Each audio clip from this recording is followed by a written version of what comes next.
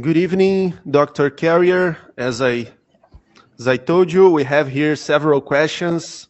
I'll be asking them on behalf of our community of YouTube creators and interested scholars on the topic of your work.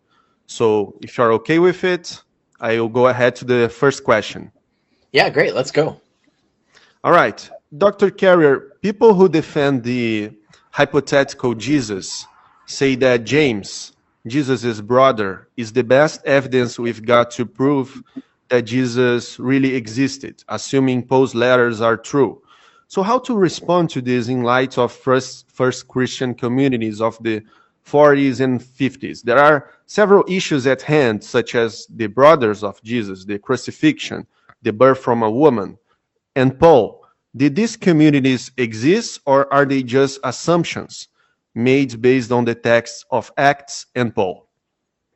Yeah, so I think of all the evidences we could discuss, the ones in Paul that allude to possible family of Jesus are the best evidence that there is to appeal to. But I think all that evidence falls apart on examination. So if you want to translate that, I'll go in pieces, and then we'll go from there. Ok, ele diz que quando você examina de perto essas evidências, tudo isso se desmorona, né? Mas ele está achando que a gente vai fazer pedaço a pedaço eu traduzindo. É isso, Amaury? Ou você acha melhor para o tempo a gente manter só no inglês? Eu acho melhor só no inglês, porque aí tem uns 40 minutinhos, né? Tem uns 40. Então faça tudo em inglês, depois a gente faz a tradução. Dr. Carrier, we are going to stay on the English because Okay. of our time, and later on we are okay. going to I got translate. you. Yeah. No, that's a great idea. So because I'd been on a show like this before, and they did it the other way around. But no, this is a good way to do it. Okay, so to answer that question is the fact that it's generally overlooked that Paul frequently refers to fellow Christians as being the adopted sons of God. And there he literally says Jesus is the firstborn of many brethren. So brothers of the Lord, all baptized Christians in Paul's day were brothers of the Lord. And Paul shows no knowledge of any other kind of brothers of the Lord. So when he says brothers of the Lord, the evidence suggests that he means just a fellow Christian. And we can confirm this in Galatians chapter 1, verse 16 or verse 19, in particular, because the grammar, the underlying grammar of that, and there are several scholars who pointed this out, but the underlying grammar is indicating that the James mentioned there is not an apostle. So it's saying like, of the apostles, he only met Peter, but he met this other guy who was a Christian, but not an apostle. So when he says, I met Peter, except unless you count James, the brother of the Lord, he means James is a regular rank and file James. So he's specifically distinguishing that James from the one in the next chapter, who's James the pillar, who clearly was an apostle, right? So he calls one James the pillar, he calls the other brother of the Lord in order to distinguish ordinary Christians from an apostle.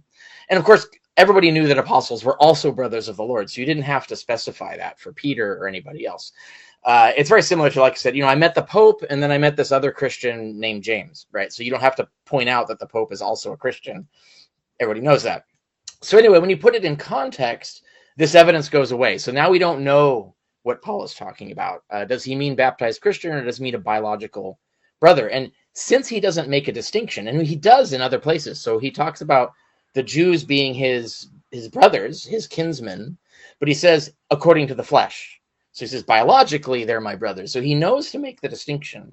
So the fact in Galatians 1, he doesn't even know that he has to make the distinction, means that he doesn't know of any biological brothers that he has to specify. So he only knows about, the only brothers he talks about are the Christian brothers. So that's what's going on in that passage. And that's why that evidence doesn't hold up. But it is the evidence we should be talking about, because that's one of the more clear-cut cases that we could be arguing over. What does that mean? Okay, moving on to our second question.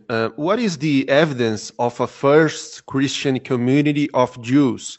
Because when we go to the Pauline epistles, the names are generally Greek or Latins. Are there archaeological proofs of these first Christian communities? If so, what are they, and from what period are they? Yeah, that's the answer is no, right?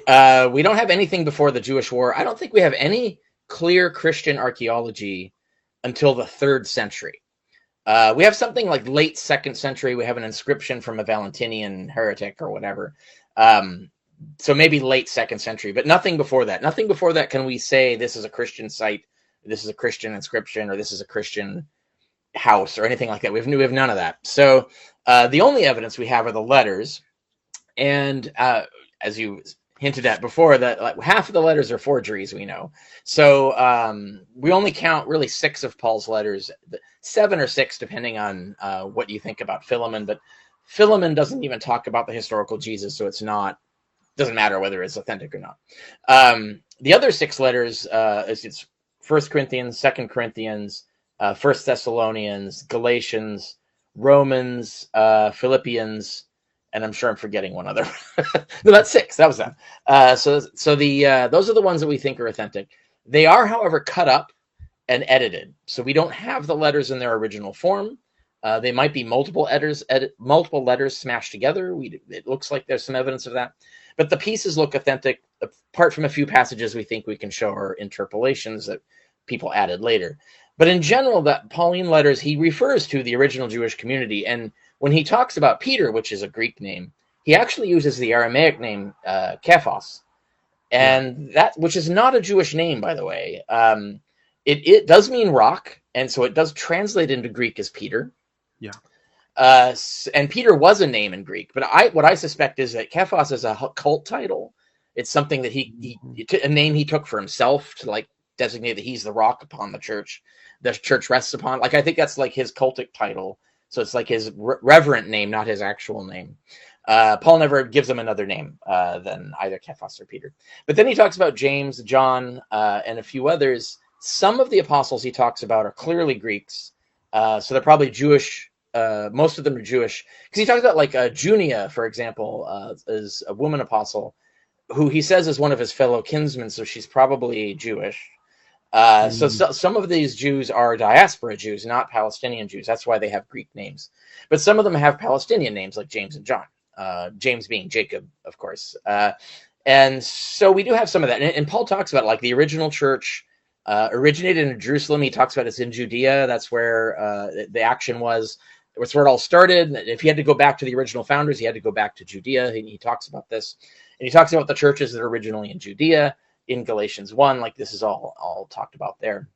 So we know it from him, and we know he's the one who himself changed the rule for recruiting Gentiles, that they did not have to become kosher. So They didn't have to circumcise, they didn't have to follow the dietary laws or any of the other 200 and some laws, right? Like so they didn't have to become Jewish. Before Paul, they were evangelizing Gentiles, but to convert them to Judaism. So you had to become a Jew to be a Christian, and Paul's the first one, and he makes clear that he is the first one to reinterpret the gospel and say, no, we don't have to do that, right? And so he has to argue for this and so forth, and so he eventually convinces the original apostles to go along with this. I have my own suspicions as to why. I think there was money involved, but he often refers to taking cash back to the holy ones in Jerusalem, so he might have basically just bought his way in, and so that could have happened. We don't really know. So in any case, he says that he had their endorsement. So we know there was an original Judean church from that. The other early letters, like First Clement and Hebrews, I think are pre-war letters. They don't really go into this, who the first people were or where they came from and stuff like that. So we can't tell. So we're really reliant on the letters of Paul. Everything after that is unreliable. Like the Book of Acts, we can't trust it. So that it's legit to not trust what it tells us. I mean, we know already it tells us that Paul started his mission against the Christians in Judea, but Paul himself says he was never in Judea until many years after his conversion. So we know Acts is making stuff up, and so we can't trust that. But from the letters of Paul, the authentic letters, it looks like there's enough evidence to establish that this did start as a Jewish sect. And then Paul made it easier to join, and then, of course, that meant his churches exploded in membership. and quickly eclipsed the original church. And so after the war, when it wasn't popular to be Jewish anymore, this is the Jewish War of 66 to 70.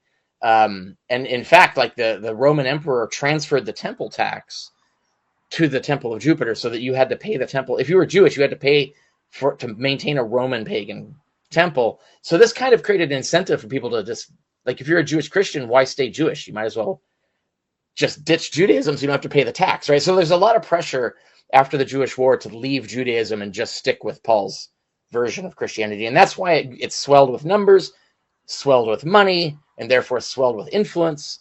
So, they could flood the zone with more manuscripts than their Jewish competitors could, because they had money up the wazoo.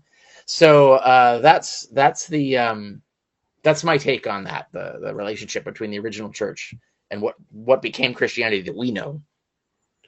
Very good. I believe the money issue is very underlooked, at least around here. Yeah, so, I have a collection of verses.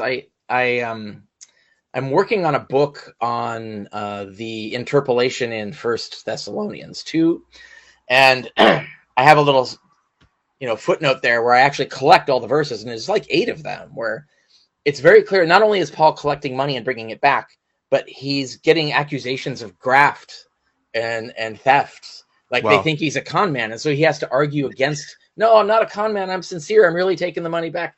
But then he has to do this over and over and over again, right? It means that people thought this was shady even then.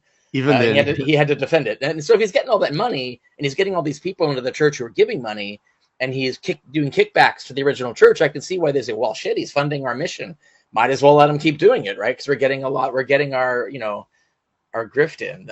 So that just like any other cult or religion, Scientology, Mormonism, doesn't matter. They all kind of have the same storyline, really. Yeah. So moving on, if the celestial Jesus hypothesis is more likely than the existence of a historical Jesus, how do you explain the rapid and specific emergence of Christian communities that in the first decades claimed to have had contact with eyewitnesses and placed Jesus in a geographical and political concrete context? Yeah, good question.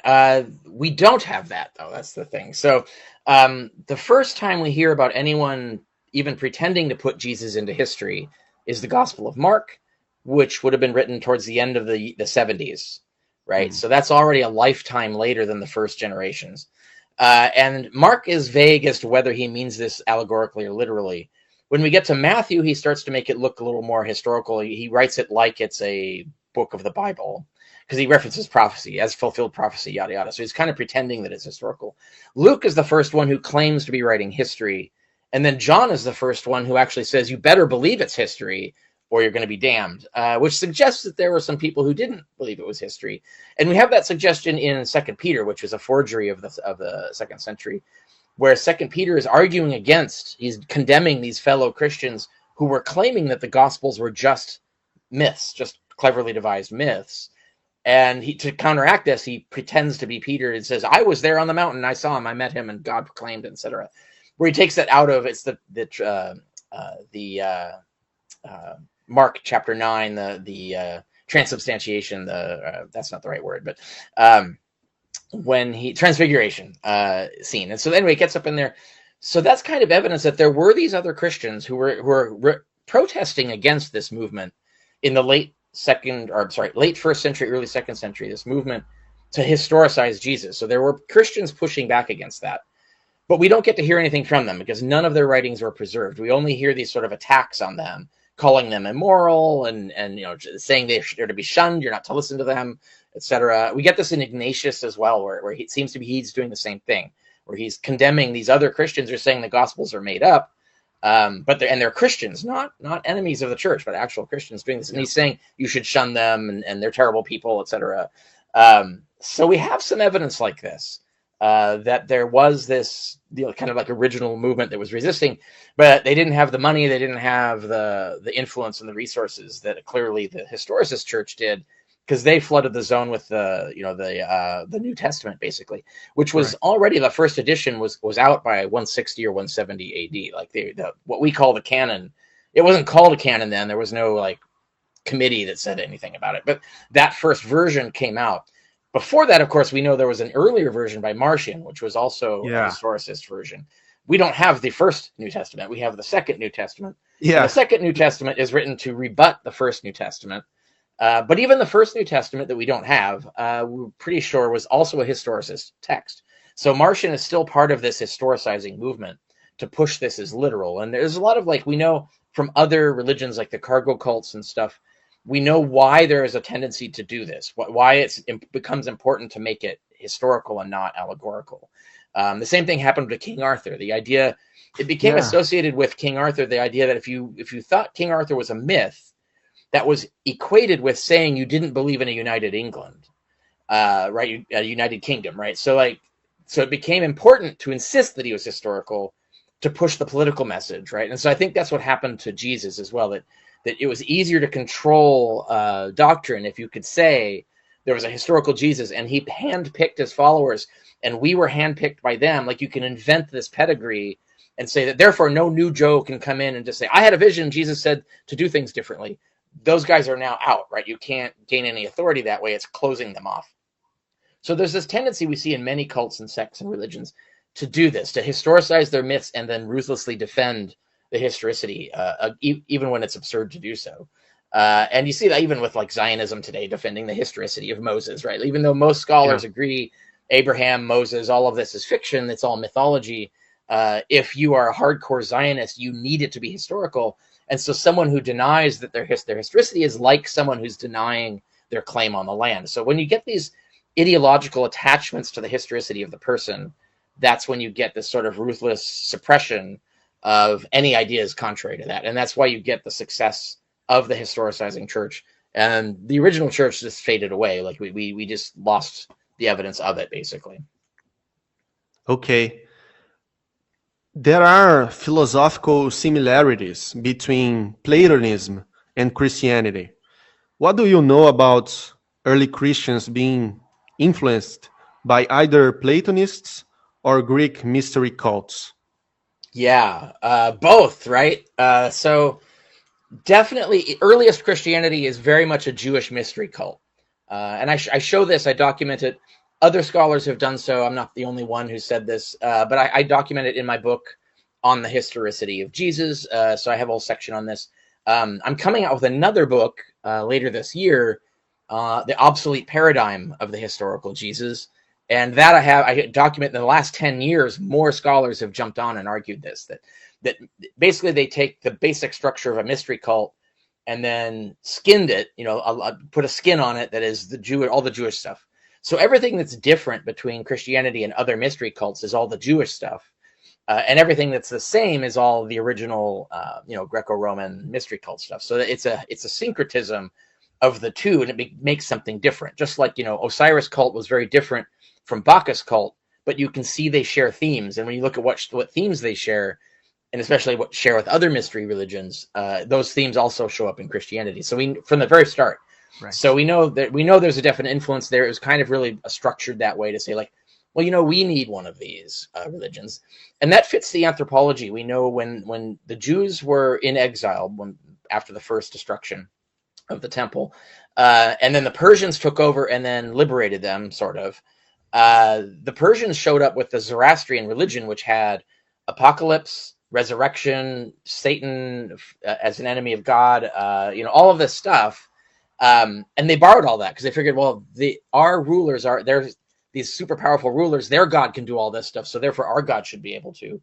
And so they borrowed all of this stuff. And we see this with the cargo cults and other religions that are called revolution cults, where they take the ideas from the conquering power that they can't defeat, merge it with their local religion, and create a new religion. And Christianity fits exactly that, because right under the Roman Empire, it does the same thing that the Jews did under the Persian Empire, is they took what is the most popular salvation cult, the mystery cults, and so they just took that structure and then adapted it to their native, Jewish beliefs, and then you get Christianity. In fact, you could predict everything about Christianity in the 100 BC. You could say, what if the Jews made one of these? What would it look like? And you could list everything, and it would be Christianity, right? Like, so you any scholar who was paying attention could have figured it out, even in 100 BC, and predicted that. So that's how much it fits. The other side of it, you're asking about philosophy, and I think definitely philosophy is influential. The main reason is because the thought leaders, I even suspect some of the original apostles, but certainly Paul, is very literate. In fact, he's compositionally literate, which means that he took Greek school all the way up to what we would call graduate school level. So, which mean, and there's no way you do that without getting huge exposure to philosophy. Primarily, actually, Aristotelianism, but also Platonism and Stoicism. Those are like the three big ones. Epicureanism also was popular, but it was not popular with religious people because it was associated with atheism, right? So when you read Paul, Paul has a lot of elements in it that you can see echo a lot of Stoicism, Aristotelianism, and Platonism.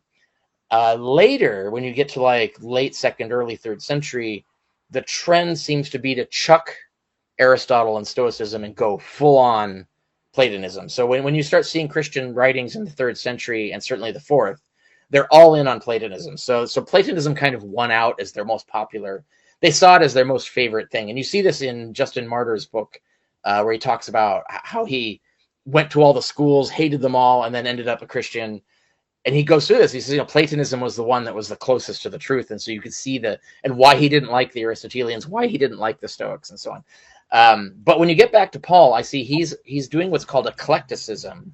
So eclecticism is the view of taking multiple things together and making your own. And that was super popular then. In fact, there was an actual eclectic school of philosophy at that time, right? So you see this in all the scientists and stuff. So there wasn't an idea that you had to do one thing. You're either a Platonist or an Aristotelian. You could do that, but that wasn't the most popular thing. The most popular thing was to take pieces from all the philosophies as you felt made sense to you, and then sort of construct your own. And so I think Paul, the reason we see all of these different philosophical influences in Paul is because he was educated in that system and then picked and chose the things that he thought made sense to him. And that's how you get, for instance, 1 Corinthians 15 goes into a whole metaphysics of the resurrection body, right? It goes into like, what is the resurrection body and all of that. Like some people say that's Platonist. It's actually Aristotelian. And then everything he says about the pneuma, the Holy Spirit, that's right out of Stoicism, because Stoic theology had this idea of a pervading fluid, this pneuma. There's an actual kind of like ether that was in everything. It's everywhere. You just float through it. Right. Everything is in it. And it was through the pneuma that God was able to sense things and affect things. So the pneuma was kind of like God's tool or body even, except it was basically this sort of invisible mist that encompasses the whole universe, including the earth. So this idea that how the pneuma acts on behalf of God, as God acts through the pneuma, the Holy Spirit, that's very Stoic. So that comes right out. They developed that theology before. And now Paul might have inherited that from Jews before him who were also already heavily influenced. You see Philo, who's before him, already heavily influenced by all of these philosophies. Philo's very Platonist. He prefers Platonism, clearly. But there are a lot of other Jews who are being influenced by these things before Paul. So Paul's whole idea of the Holy Spirit might come from prior Jewish teachers, but if it does, they were influenced by the Stoic teaching and so on. So like the influences are there even before Christianity. And then also as Christianity developed, it picked up more. Ok. Antes das 5, pode pôr do Antônio. Okay, before our programmed question, we just have spontaneous questions from a dear colleague of ours. Hello, Dr. Carrier. Good to see you again. He interviewed you before. Yeah. Is there any evidence for the hypothetical real Jesus that is not tied to the Jesus myth? No. So all the historicity of Jesus comes from either the Gospels, which are myths, or Acts, which is a myth, or even more ridiculous myths based on those later on, right? So 2nd century, you start to see more crazy myths, and they're even less believable. And that's all we have is that. So even if we believe that the reference in Tacitus and Josephus were authentic, now I don't think they are. I think they were interpolations, and I think there's really good evidence that they were not there originally. But even if they were exactly as we have them, we can show that they would just be taking that from the Gospels or Christians quoting the Gospels. So those are not independent corroboration. And if it's not independent, you can't use it. It's useless evidence, right? You got to go back to the primary source, which is just the Gospels. You keep taking that back, you get to Mark, and that's it. It looks like all the Gospels are embellishments on Mark. So it looks like Mark did it, right? Like that's the only primary source we have, and Mark is obvious fiction. So no, I don't think there's anything to hang your hat on for this. Very good. What do you think about the claim by Walsh, Nina, Marcus, and Trotsky, a few scholars, that the Christian literature could be the product of a late Roman authorship? Because according to your view, the Christian texts are from the 1st century. Yeah, that's a good question, because this is an interesting development in the field. These are mainstream scholars publishing peer-reviewed books, and multiple, right? So it's not just one person making this argument, it's several. So we have Marcus Vincent, David Trobisch, and Nina Livesey, are the three big ones. There might be more than them, but the ones that have published books that are kind of like shook the community, they're all pushing this idea, the idea that everything was invented in the 2nd century. In fact, it might have all originally been invented by Marcion, and then people who were against Marcion invented more, and that's how it got started. It's plausible. They present evidence in a case that makes this a plausible theory. It's not crank. I'm not convinced by it, because I think there's telltale evidence that suggests that a lot of this stuff is pre-war, which means it can't have been written in the 2nd century. And there are other things, like I think it's clear that Mark is he's reacting to the Jewish war as if it's a recent event, right? So he's not going to be doing this 100 years later. Mark doesn't make any sense after the Bar Kokhba revolt, for instance. That some people have argued that. But anyway, these are like really technical details as to like the nuances of the text that are why I think some of this stuff is still early. So that's a legit argument you can have, right? I think it's not crazy to suppose and propose the 2nd century hypothesis. Now, if that's the case, like if it's all made up by Marcion, including the letters of Paul, like so even Paul's made up, now all bets are off, right? Like you have it's literally then it's just totally made up, right? There's no evidence of a historical Jesus. And I think in that case, you just default to the prior probability, which is still low. So, so you should doubt the historicity of Jesus regardless. That's my take on that. Okay. How do you see, talking about these scholars, how do you see Mythicism?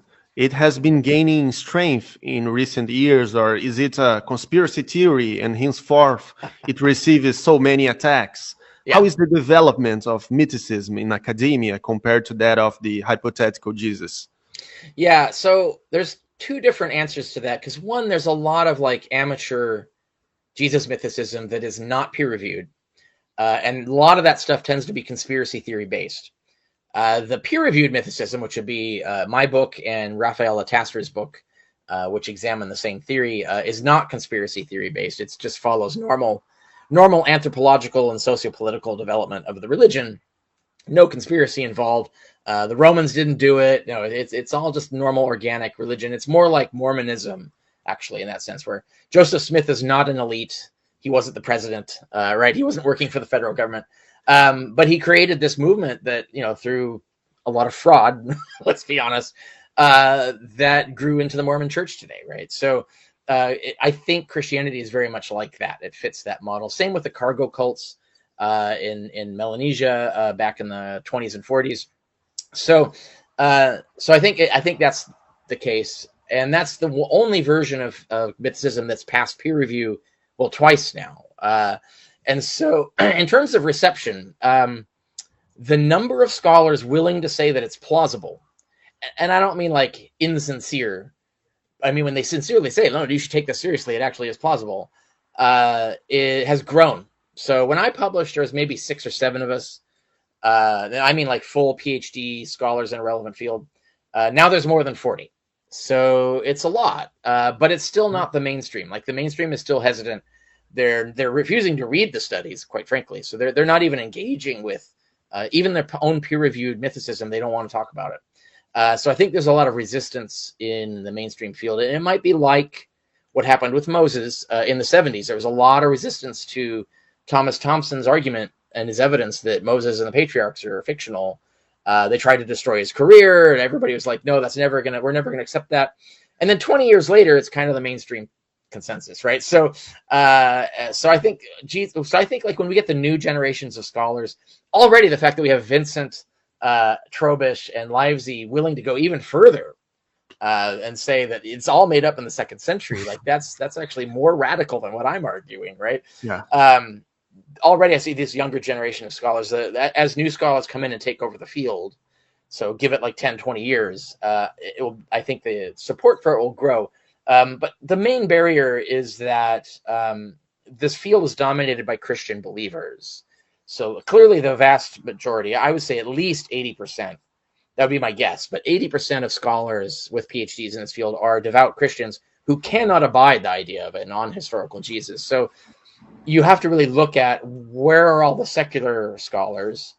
Do they think it's plausible or not, right? So you kind of have to like separate two different consensuses, the religious scholar consensus and the scholar consensus who have academic freedom to actually like take a side that would not be good for the Christian faith. So I think that's where you have to look at it. And it's hard to do because there's a tendency in the field to hide what your affiliation is religiously, partially for this reason. And I know this because David Fitzgerald did a study. He had several people and himself actually contacted and phoned religious universities where all of these scholars are trained and where they work and so on, and found at least a third of them had policies that mandated that they not accept this, right? So they're basically required to keep their job to maintain biblical literalism or biblical inerrancy or some form of that.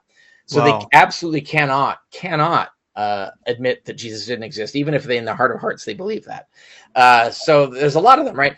And the kicker here is that a lot of those institutions tried to hide this, right? So like they denied that these contracts exist, and then they dug and they found that they really do. So the fact that they want to hide the fact that they're restricting the academic freedom of their own professors tells you that they are aware that this is a bad look, right? Yeah. So anyway, so it's hard to get consensus in this field compared to like, ancient Roman economics, which is another field that I've written on, and you can go to my blog and I have an article on this about how the consensus changed in that field, Roman economics, but it changed in a much more logical, reasonable way because you didn't have any of this, like you didn't have the dominance of the field by these sort of fanatics that won't let you doubt it, right? Or will try to browbeat or socially punish any scholar who takes that position. So because you have more academic freedom in there, it was able to change. But even that took a long time to change because there's a lot of resistance. And it was a lot of resistance between the Marxists and the capitalists, right? So now there's two ideological groups of historians that have ideologies to defend, right? Like a religion, got to be capitalism, got to be Marxism, whatever, loggerheads. For historians who are just taking an objective approach that's neither Marxist nor capitalist, just doing what the evidence shows, for them to get attention and to be heard and to be believed, etc., took time. So even that took time, but that actually still went better than what we're dealing with in the historicity of the patriarchs or the historicity of Jesus. Ok. Matheus, tem uma pergunta que eu pus aí, para depois entrar na do Bartini, para a gente já, nos 40, né, a gente fechar. Ok. A pergunta é a do Bart Ehrman, quer que eu vá para ela agora? Não, tem uma que eu mandei aqui, ó. Pergunta do livro. Ah, tá. Dr. Carrier, is your book academic and it has the weight of an article? Because people say that yours, Nina's, Walsh's, Marcus's books don't hold the weight of an article. Is this true? I'm not sure what that means. So I'll just cover a broad different ways to answer that question. First, academic books, especially theirs, like their books are like fairly prestigious academic presses.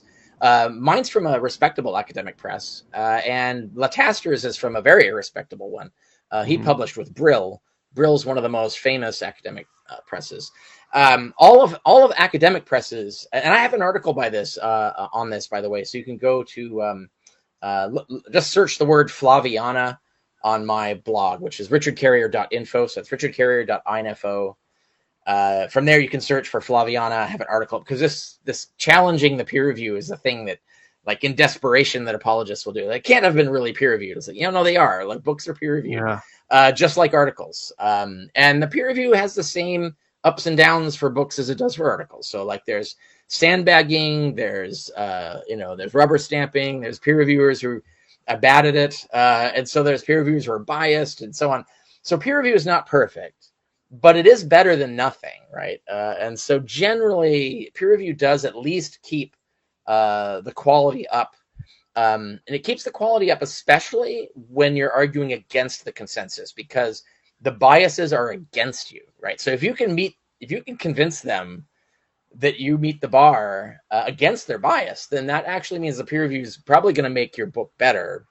Whereas if it's a book that just pushes the consensus, then it's more likely to get a rubber stamp, right? The peer reviewers will just let it go and not catch serious mistakes. So you're pushing against a harder wind when you're challenging. So the fact that the Taster's book and my book passed peer review, and peer review means two actual, generally they require sitting professors or sometimes emeritus, like retired professors, but you have to have had a professorship in the field, and you get two of them, and you have to convince two of them that it's worth publishing. That doesn't mean, however, that the peer reviewers agree with you. This is important. That peer review, the job of the peer reviewer is not to say that you're right. The job of the peer reviewer is, it could be totally think that you're wrong, but their job is just to say, well, they're at least meeting the standards of the field. There's no egregious errors. They're following proper methodology, etc. And so they're just quality control, essentially, right? That's what they're supposed to do when it works correctly. So anyway, so in that sense, this Mythicism is as peer-reviewed as anything else that you'll find in the field. But like I said, that by itself doesn't guarantee that it's right or free of error or whatever, but it's important. It means that we've met the same level, if not higher standard than is applied to everything else in the field, right? So all the pro-historicity stuff that gets passed through peer review. So that's important. And I do think that is really important, that we needed to have done this to have gotten some theory of through peer review. Otherwise, we can't claim to be credible. And so that's important that we did this twice. So I think there's still like hostility, so it might be harder to get things through peer review because it's pissed people off and now they want to stop it. But just meeting that bar means that we've met a level of standard that demands attention. Like it really needs to be taken seriously. That's the point of peer review, is to confirm this isn't crazy, it isn't crank, they're not making stuff up, they're not lying. They're not leaving stuff out that ruins their argument. Like it's like, no, okay, yeah, you really should heed this. We need to talk about this. You should spend time reading it. Like that's what peer review is about. Like you should read this. And the stuff that doesn't pass peer review is like, it's not ready. It doesn't meet that standard. But again, sometimes you get false positives, false negatives, things that should have passed peer review that didn't, and things that pass peer review that shouldn't.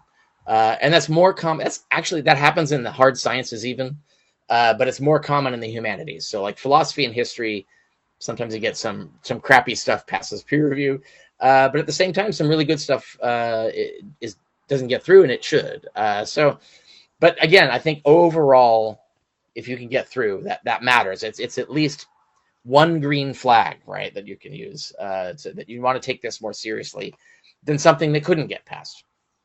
Right. Yeah, I guess the source of these last questions, because when people like us try to address your work here on YouTube, and we get a lot of this hostile feedback that, these guys are conspirationists, and so it's good to clear that out for us. And I have in my book on the historicity of Jesus, conspiracy theories is in the index. So you can go to the index and read what I have to say about conspiracy theories and why I'm not proposing one. That's not my thing. I noticed we got a cue onto time. I can go until 5 minutes before the hour, so we can keep going if you want. I just have to take off at my time 6:55. Okay, but we can. That's another 15 minutes, I think. So. Okay, we actually would like to ask just one final question, and thank you for the time. So to close, let's go and talk about a former Christian called Dr. Bart Ehrman. Yes. In the book How Jesus Became God, academic, or Bart Ehrman's works in general, and which academic books on the historical Jesus, if not his, that are peer-reviewed, would you recommend? Unfortunately, there aren't any, even by him, on the historicity of Jesus. The best one, for lack of a good book, the best one that is a peer-reviewed, like high-quality book that's at least pro-historicity or by a historicist, let's say, is Van Voorst. He did a book called Jesus Outside the New Testament, where he studies all of the external evidence. And he's not right about everything, but he's fairly objective and balanced in his analysis of everything. And he gives you enough information to make your own judgment call, which is, I think, one of the most important features of good quality scholarship, is rather than just browbeat your audience, like give you all the information and then say, this is why I conclude the way I do. You might conclude differently given what I've said. So Van Voorst's book is good. It's not a book about historicity, though, so it's not like defending historicity. There's another book by Thiessen and Mertz. I can't remember the plausible Jesus, or the plausibility of Jesus, something like that. I can't remember the title offhand. It's a big book, and it's mostly just kind of a random scramble of arguments without answering any of them, right? It says, well, here's one side, here's the other side of this, go all the way through. Right. But that's before I published and Lataster published. So we're actually building on that, right? So it doesn't work as a response to us. We need a good, like, defense of historicity, good peer-reviewed scholarly defense of historicity that we can recommend and say, here's my book on my side. That's the best case against, and you just read them both and you can make your own call. Like we need a book like that, and no one's doing it. And so that's what I'm hoping for. I've been hoping for it for 10 years now, but no one's done it. And in a way, like I talk about this, like why that hasn't happened and why we still need it in my next book, which is coming out this year, The Obsolete Paradigm of Historical Jesus. If you want to find the best, highest quality academic thing, it would be Van Voorst, I would say. And then maybe the Thiessen and Mertz book, but like I said, it's not quite satisfying to me. It's not. I would like something better. Bart Ehrman's book, Did Jesus Exist, and Maurice Casey's book on the same theme are terrible books. So I don't recommend them. I feel like they were phoned in, like they were written from the armchair. And not because they don't have the ability to do it well. They just chose not to. They just sort of spun it out really quickly. When you look at Bart Ehrman's books that are peer-reviewed, the actual academic books. So, for instance, if you compare his pop market book, Forged, with Forgery and Counterforgery. Now, Forgery and Counterforgery is an absolutely superb book. Like that is, if you're studying the historicity of Christianity, you got to have that book. Like, it's really important. It's probably one of the most important books written on the New Testament this century. And you can see the difference in terms of the quality and the carefulness and all of that with Did Jesus Exist, which just looks like a armchair ramble, right? It's poorly researched, has errors in it, and so on. So when he does pop market stuff, I find that he makes much more mistakes, follows more in defending the consensus than actually doing original research. But that's not always the case. So if you mentioned How Jesus Became God. Now that is a pop market book. It is not a peer-reviewed book. And it has a few failures in it. It's not solid, but it's fairly decent. And so if you can get information out of it that's useful, and so yeah, it's not a bad book. So anyway, I would just be cautious with his pop market stuff. To give you an example, I still recommend to people Jesus Interrupted, right? Jesus Interrupted. It's kind of obsolete now, I guess, but when it came out, the purpose of it was to communicate to the public what is the consensus position on the New Testament. And if you take it as that, it's very good because it is an accurate representation of what the consensus position is. Even when the consensus is wrong about something, he still accurately reports what it is, right? So that book, if you want to get that, and I think a lot of people don't even know that much, right? Most people think that what the preacher tells them from the pulpit is the consensus of scholars. But you read Jesus Interrupted, and you're going to be sorely, disabused of that myth because you're going to read that, and, oh my gosh, like, there's a lot of doubt in here, right? There's a lot of things that you thought were solid or not. And so that's a very honest book in that sense. So I still recommend to people that is the best introduction to the New Testament for a beginning student, right? Other than a textbook, an actual textbook, which he's also written, right? So he has an Introduction to the New Testament, Bart Ehrman's textbook, which is also a good textbook. So if you want an introduction to the New Testament, Bart Ehrman's textbook is a good introduction to that.